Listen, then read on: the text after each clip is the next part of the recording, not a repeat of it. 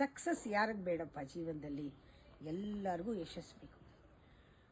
ಆದರೆ ಬಂದ್ಬಿಡಬೇಕು, ಬಾಗ್ಲತ್ರ ಬಂದ್ಬಿಡಬೇಕು. ಹೇಗೆ ಸಾಧ್ಯ? ಶಾರ್ಟ್ ಕಟ್ ಮಾಡಿದ್ರೂ ಸಾಧ್ಯ ಇಲ್ಲ. ಸಕ್ಸಸ್ಸು ಮಂಥನ ಆಗಬೇಕು. You have to go through the process.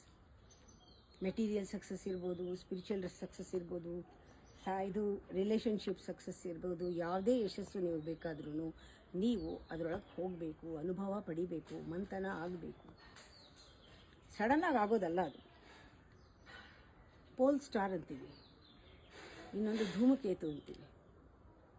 ಆ ಧೂಮಕೇತು ಅನ್ನೋದು ಶೂಟಿಂಗ್ ಸ್ಟಾರ್. ಅದು ಇವಾಗ ಬರುತ್ತೆ, ಹೋಗುತ್ತದು. ಅದೆಲ್ಲ ಸಕ್ಸಸ್ಸು. ಪೋಲ್ ಸ್ಟಾರ್ ಆಗಬೇಕು, ಧ್ರುವತಾರೆ ಆಗಬೇಕು, ಏನೋ ಹೋಗಿ ಪರ್ಮನೆಂಟ್ ಆಗಬೇಕು. ಅಲ್ಲಿ ನಾವು ಉಳ್ಕೋಬೇಕು. ಯು ಶುಡ್ ರಿಮೈನ್ ಸ್ಟಡಿ ಇರಬೇಕು, ಕಾನ್ಸ್ಟೆಂಟಾಗಿ ಆಗಬೇಕು. ನಾವು ಏನಾದ್ರು ಒಂದು ಆಗಬೇಕು, ಅದು ಸಕ್ಸಸ್ಸು.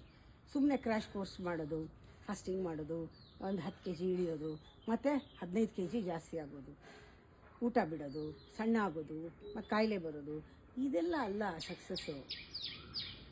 ಒಂದು ಕನ್ಸಿಸ್ಟೆನ್ಸಿ ಬೇಕು. ಅದಕ್ಕೂ ಪ್ರಾಸೆಸ್ ಬಹಳ ಮುಖ್ಯ.